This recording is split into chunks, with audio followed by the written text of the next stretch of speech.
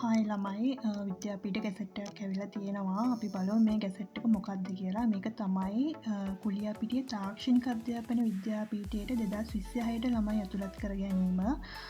මේක අවුරුදු 4ක ඩිග්‍රියක්. ඒ වගේම ඉංග්‍රීසි මාධ්‍යයෙන් තමයි තියෙන්නේ. මේක මේ දැන් වෙනත් විද්‍යාපීඨවල දෙන්නේ ඩිප්ලෝමාවක්. හැබැයි මේක ඩිග්‍රියක්. ඒ නිසා මේක සෑහෙන්න වටිනවා. ගොඩක් කට්ටිය හිතන් ඉන්නේ තාක්ෂණික කියන්නේ ටෙක් වලින් කරපු කට්ටියට විතරයි ඇප්ලයි කරන්න පුළුවන් කියලා. එහෙම නෑ. Maths, bio science, agri science කරපු කට්ටියටත් පුළුවන්. ගොඩක් කට්ටිය ඒක දන්නේ නෑ. මම ඉස්සරහදී කෝස් එක ඒ ඕනි සුදුසුකම් මොනවද කියලා පැහැදිලි කරන්නම්. හරි ගැසට් එකේ මේ පේජ් එකේ තියෙනවා ඕනි සුදුසුකම්. මේකෙදි ඉස්සෙල්ලාම ශ්‍රී ලාංකික පුරවැසියෙක් වෙන්න ඕනි. ඒ වගේම අවිවාහක වෙන්න ඕනි. 2026 වෙද්දී අවුරුදු 25ට අඩු වෙන්න ඕනි. වැඩි වෙන්න බෑ. ඊට පස්සේ ඕ ලෙවල් ගත්තොත් ඕ ලෙවල් රිසර්ච් ෂීට් එක අනිවාර්යයෙන් වැදගත්. ඔයා ඕ ලෙවල් වලට මාධ්‍ය භාෂාව ගත්තොත් සිංහල හරි දෙමළ වෙන්න පුළුවන්. අපේ නම් සිංහල භාෂාවනේ. සමහර කටේ මාධ්‍ය භාෂාව වෙන්නේ දෙමළ.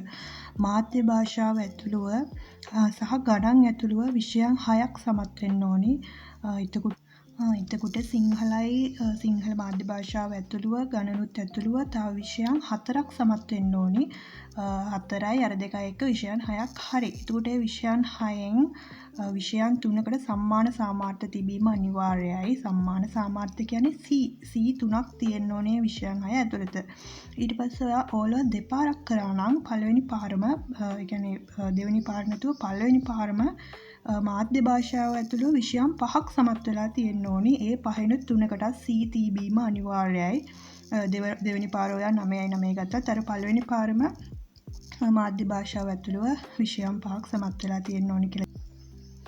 මේක පළවෙනි කෝස් එක විදිහට තියෙනවා ඉංජිනේරු තාක්ෂණ වේදය. අපි දන්නවා මේ තාක්ෂණ වේදේ විෂය ධාරාව යටතේ විෂයන් අපිට තෝරගන්න ගොඩක් සෙට් එකක් තියෙනවානේ. ඒකෙන් ඉංජිනේරු තාක්ෂණ වේදය හා තාක්ෂණ වේදය සඳහා විද්‍යාව කියන විෂයන් දෙක අනිවාර්යයි.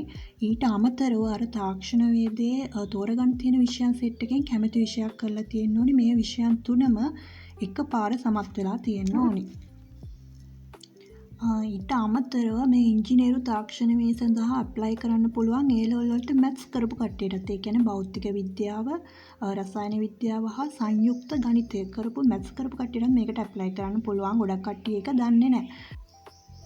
ඒ වගේම මේකට ඇප්ලයි කරන්න පුළුවන් වෙනත් විෂය ධාරාවක් යටතේ වෙනත් විෂයක් සහ සංයුක්ත ගණිතය හෝ උසස් ගණිතය, භෞතික විද්‍යාව කියන විෂයන් දෙක අනිවාර්යයි. මේකෙදි වෙනත් විෂය ධාරාවක් කියන්නේ සමහර කට්ටිය කෙමිස්ට්‍රි නැතුව ICT වගේ කරනවානේ. අන්න ඒ වගේ කට්ටියටත් මේකට ඇප්ලයි කරන්න පුළුවන්. එතකොට මේකේ ප්‍රතිශත ගත්තොත් ඉංජිනේරු තාක්ෂණ වේදය සඳහා විද්‍යාව සහ වෙනත් විෂයක් කරපු කට්ටියකින් 60ක් ගන්නවා. ඒ වගේම මැත්ස් කරපු කට්ටියකින් 30ක් ගන්නවා. ඒ වගේම සංයුක්ත ගණිතය හෝ උසස් ගණිතය, භෞතික විද්‍යාව එක්ක වෙනත් විෂයක් කරපු කට්ටියකින් 10%ක් ගන්නවා. ඒ ප්‍රතිශත වැඩක් නැහැ. ඇප්ලයි කිරීම තමයි වැදගත්. ඊට පස්සේ පාඨමාලා අංක 2 තියෙනවා ජෛව පද්ධති තාක්ෂණ වේදය. මේකෙදී තාක්ෂණ වේදයේ විෂය ධාරාව යටතේ ඕනෑම විෂයක් සමග තාක්ෂණ වේදය සඳහා විද්‍යාව සහ ජෛව පද්ධති තාක්ෂණ වේදය කියන විෂයන් දෙක අනිවාර්යෙන් කරලා තියෙන්න ඕනි.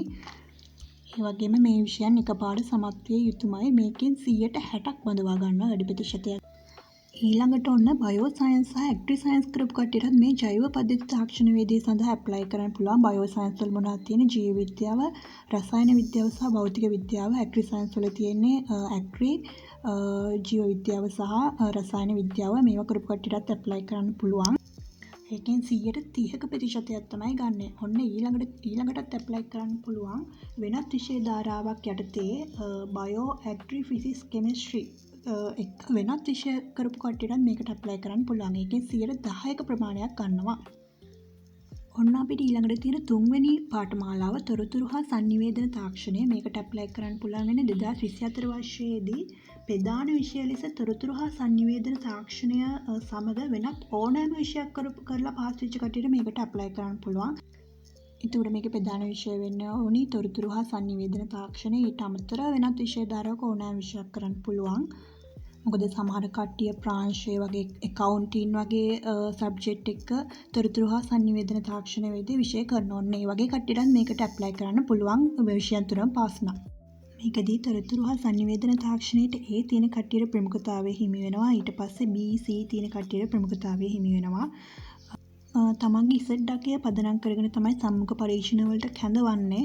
ඒ වගේම දිස්ත්‍රික් මට්ටමින් හා ජාතික මට්ටමින් කියලා පුරපාඩු පුරවනවා. දිස්ත්‍රික් මට්ටමින් පුරවලා ජාතික මට්ටමින් ගන්නවා. ඒක ගැන දැන්ම කලබල වෙන්න ඕනේ නැහැ. ඇප්ලයි කිරීම තමයි වැදගත්. මේ පාඨමාලාව ඔයා සාර්ථකව නිම කරාට පස්සේ උපාධිය සමගම රජයේ පාසලක ගුරුපත් වීමක් ඔයාට අනිවාර්යෙන් හම්බ වෙනවා. ඔයා ගුරුපත් වීම ප්‍රතික්ෂේප කරොත් ඔයා වෙනුවෙන් රජයේ දරපු වියදම ඔයා ආපහු රජයට ගෙවන්න ඕනි. ඒක තමයි මේ අර ගණනය කිරීමක් කරලා තියෙන්නේ. මේක සෑහෙන්න වටින අවස්ථාවක්. ඔයාලා ඇප්ලයි කරන්න ඕන ලින්ක් එක මම පල්ලෙහා දාන්නම්. මොනවා හරි ප්‍රශ්න තියෙනවා නම් කමෙන්ට් සෙක්ෂන් එකේ දාන්න. 2026 6 වෙනි මාසේ 10 වෙනිදාට කලින් මේක ඇප්ලයි කරන්න ඕනි. ඇප්ලයි නොකර ඉන්න එපා. අනිවාර්යෙන් ඇප්ලයි කරන්න. උපාධිය සමග රජයේ ගුරුවරයෙක් වෙන්න ලැබෙන අවස්ථාවක්. මේකේ සුදුසුකම් දැක්කම ටෙක් කරපු අයට විතරක් නෙමෙයි මේකට ඇප්ලයි කරන්න පුළුවන් කියලා දකින්න ඇති. good luck හැමෝටම.